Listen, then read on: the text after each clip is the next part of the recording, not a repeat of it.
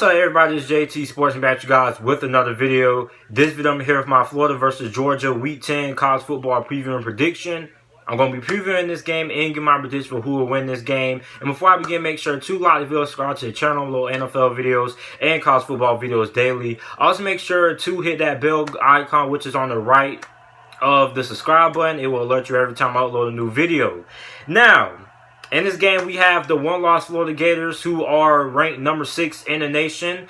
And they're going to be facing off against the Georgia Bulldogs, who also have one loss as well, and are ranked number 8 in the nation. And most likely, whoever wins this game is going to be in the SEC championship, and they will be facing either LSU or Alabama, most likely. So this game is basically a playoff game to see who ends up representing the SEC East and the SEC Championship game. And coming into the season, I thought this was most likely going to be Georgia's SEC East divisional crown to lose. I didn't really think Florida was going to be much of a threat coming into this season, but Florida actually proved me wrong, and they ended up being a very, very good team. I was pretty much overlooking Florida. I didn't think Florida was going to be that legit. I didn't really trust their offense, didn't really trust Felipe Franks, but Felipe got injured, sadly, and Kyle Trask came in, and he's done a pretty good job. They also sprinkle in Emory Jones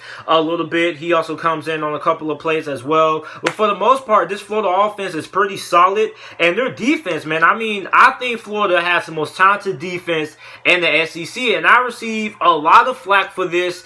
A lot of people always get mad when I say this. But, Florida, in my opinion, they are the most talented team on the defensive side of the ball. And, Zubair Zuniga, he's going to be playing in this game. Jonathan Greenard, he's going to be playing in this game. So not only are you going to have two of your best pass rushers back, and Jonathan Greenard and Zubair Zuniga, but you also have C.J. Henderson and Marco Wilson. So that Florida defense is going to be fully healthy. Then, on the offensive side of the ball, they're also getting Kadarius Toney back. And a lot of Florida fans, if you look at every Florida game on the Instagram or on their social media posts, you always see Florida fans, about majority of the comments are saying, can't wait for KT4 to come back. Can't wait for Kadarius Toney to come back. So Kadarius Toney, he's going to be back in this game, and he's going to be a big focal point of this Florida offense, because Florida fans are always raving about him. They can't wait for him to come back. So this is another weapon to add to this Florida offense. So now Florida is now looking to get very healthy. Now for the Georgia Bulldogs, they've been on a little bit of a cold streak. They lost to South Carolina a couple of weeks ago in the upset, and they barely were able to beat Kentucky. Now, football is a game that's all about hot and cold streaks. Teams get hot, teams get cold. And around this time of college football, this is not the time, if you're Georgia, that you want to have questions about your offense, and you want to end up coming into this game a little bit cold on the offensive side of the ball. Now, Georgia isn't a team that's going to beat you by passing the ball 40 and 50 times a game. They're not an air raid offense. They're not an Oklahoma. They're not an LSU. This is a Georgia offense that most of the time is mostly balanced. They like to run the football more times than not, and they also like to mix in a little bit of the passing game as well. But this isn't a prolific offense. So Georgia fans, I don't know why Georgia fans are expecting any major changes in the offense. I don't know why they expect this offense to overnight become LSU, Oklahoma, when they just start throwing darts all across the field and things like that. I don't think that's what Georgia is. Now, although Georgia has had a little bit of a rust patch the last couple of weeks, I still think this is a very good Georgia Bulldogs team, and I do think they have a pretty good chance to beat Florida, and Florida has a pretty good chance to beat them. And I think these teams are pretty much looking evenly matched going into this game. They both have their flaws on the offensive side of the ball, and they both have their strengths on the defensive side of the ball, just like both of these teams have their strengths on the offensive side of the ball and the weaknesses on the defensive side of the ball. So this is going to be a very good game. And like I said, this game is going to end up deciding who ends up winning the SEC East. And I think this game will be a defensive battle. I'm expecting the hard-nosed, old-mouth fashion football, and I think this game is going to be very close. So looking at my keys to victory, what these two teams need to be able to do to win this game. For the Florida Gators, they have to be able to stop Devontae Swift. The Florida Gators, when it comes to run defense, they allow 146.8 rushing yards per game, which is 47th in the nation, and they allow 4.3 yards per carry. Now, the Gators, they're going to be facing a Georgia team that likes to run the ball. This is a Georgia team that runs the ball 56% of the time, which is 45th in the nation, and run play calling and things like that. So they run the ball 56% of the time, which is 45th in the nation, and they're 17th in the nation in rushing yards per game with 233.3 rushing yards per game and averaging 6.1 yards per carry, which is 5th in the nation at the time of recording this video. So Florida most definitely is going to have to be able to stop Swift, who is probably the best player on their offense. This guy's like a pinball machine. He just bounces off tackles. He's hard to bring down. He's also very good catching the ball out of the backfield. And not only do they need to worry about stopping Swift, but they also just need to focus on stopping the run game. If they're able to stop the run game, then this game is going to favor Florida, because then if they're able to stop the run game, you're going to force Jake Fromm to sit back there and have to beat you throwing the football.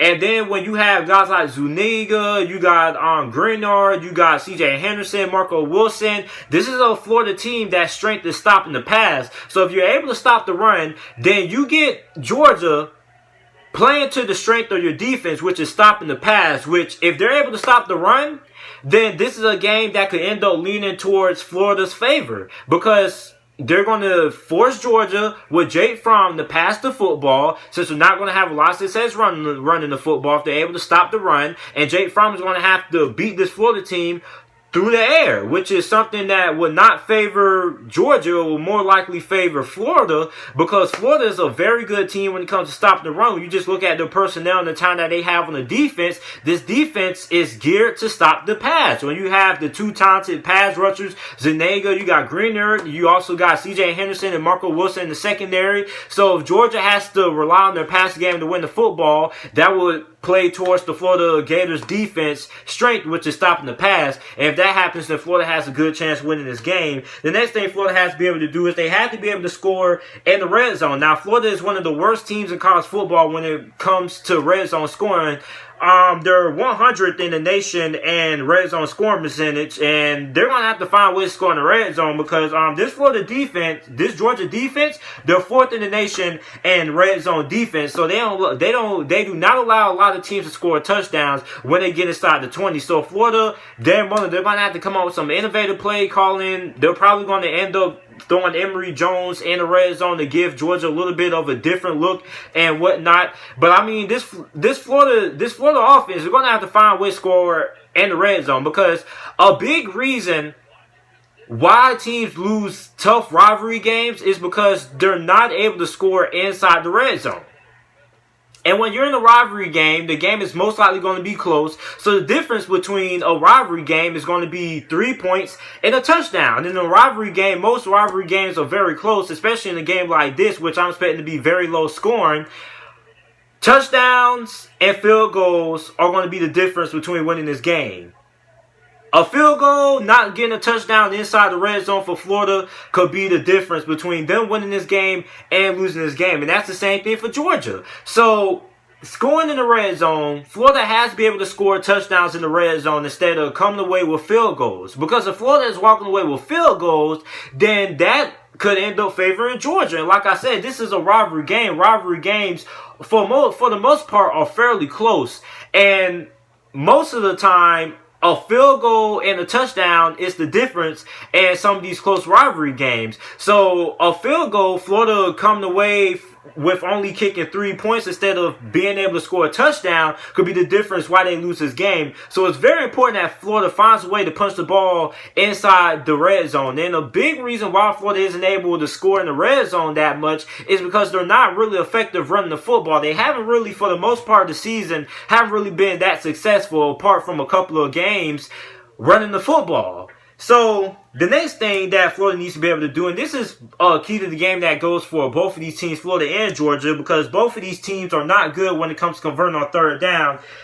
These teams have to be able to convert on third down. Florida is 99th in the country in third down conversions, and Georgia is 111th in the nation in third down conversions. So both of these teams have to find ways to convert on third downs. Both of these teams have pretty good third down defenses. So in a close game, I also said that field goals and touchdowns are going to be the difference in a close game like this. Converting on third downs is going to be a very big difference in who ends up winning this game or not. Because whoever ends up winning this game, I guarantee you, is probably going to be the team that ends up being able to score in the red zone and being able to convert on third downs. If you're able to convert on third downs, then you keep the drive going. If you're not able to score on third downs, then your offense gets up off the field and you're not able to sustain drives. So it's very important that whoever wins this game is able to convert on third downs. And I guarantee you, the team who ends up winning this game is going to be the team that was better and more efficient on third down. Now, the last thing is, for Georgia, the most important thing is Jake Fromm has to play well. Now, I know a lot of people are going to be like, oh, duh, he has to play well. Well, duh, he has to play well. I know a lot of people are probably going to be mad because that's pretty much obvious that he has to play well. But, I mean, Jake Fromm is probably going to have the best game of his college career in this game, in my opinion, because, look, this is a Florida defense that is built to stop the pass. You got pass rushers, you got good guys, you got good coverage guys in the secondary. Marco Wilson, CJ Henderson is regarded as the best cornerback in all of college football, or one of the best cornerbacks in college football. So look, Jay Fromm, he's going to have to step up and he's going to have to make plays because you can't rely on the run game all the freaking time. Because look, smash mouth football doesn't win championships in college football anymore. You got to be able to have success throwing the football. Let me go back to that Wisconsin-Ohio State game. A big reason why Wisconsin wasn't able to beat Ohio State, and a big reason why I knew Wisconsin wasn't going to beat Ohio State, was because they are not able to pass the ball efficiently. So Georgia, they're going to have to rely on Jay Fromm to sit back there and make some big-time throws. And Jay Fromm is going to have to sit back there and make those big-time throws so Georgia wants to be able to win the game. Because this is going to be a game that's going to be very close. And Jay Fromm is going to have to step up and be the quarterback that Georgia know he's capable of being. And step up and make some tough plays and make some tough throws and help Georgia win this game. If Jay Fromm doesn't play well, Georgia is going to lose this game. If Jay Fromm plays well and outplays Kyle Trask, then Georgia's going to win this game. But if Jay Fromm doesn't show up in this game and he has another sloppy performance like he has the last couple of weeks, Florida's going to end up winning this game. So it's important that Jay Fromm comes out here and he most likely has to play the best game of his college career because Georgia's season is riding on this. If Georgia loses this game, then goodbye. They're most likely going to be eliminated from the college football playoff conversation, and they won't be in the SEC championship. So Jay Fromm needs to come out here and plays like he has something to prove. And he really does, because his NFL draft stock is declining. This was a guy who a lot of people thought could end up being a top 10 pick, and a lot of people got him going in the 3rd and 4th round. So Jay Fromm needs to come out here and he needs to make some throws, stop being a doggone game manager, and prove that you're more than a game manager in this game. So the team that I'm going with to win this game, I'm going with Florida to win this game. This year, I just think Florida's a better team than Georgia. The last couple of years, Georgia was a better team than Florida because Florida, for the most part, a lot of Florida fans will tell you the last couple of years, every time they play Georgia, they always end up banged up and things like that. This is a Florida team that's going to be fully healthy coming into this game. And I think Florida's a better team than Georgia. Now, Georgia is good on the defensive side of the ball, and so is Florida. But I think Florida's offense is going to be able to make plays that Georgia's offense isn't going to be able to because of how good Florida is defensively. And I said this the whole entire season. I've been receiving a lot of flack from this for saying that Florida is the most talented team on the defensive side of the ball, talent-wise, in the SEC. And I think Florida is going to prove that. They're fully healthy on the defensive side of the ball. And I think Florida ends up winning this game. 17-13 is my final score prediction for this game. So let me know who you guys think is going to end up winning this game down in the comment section down below. Make sure to like the video, subscribe to the channel for more NFL videos and college football videos. And thanks for watching.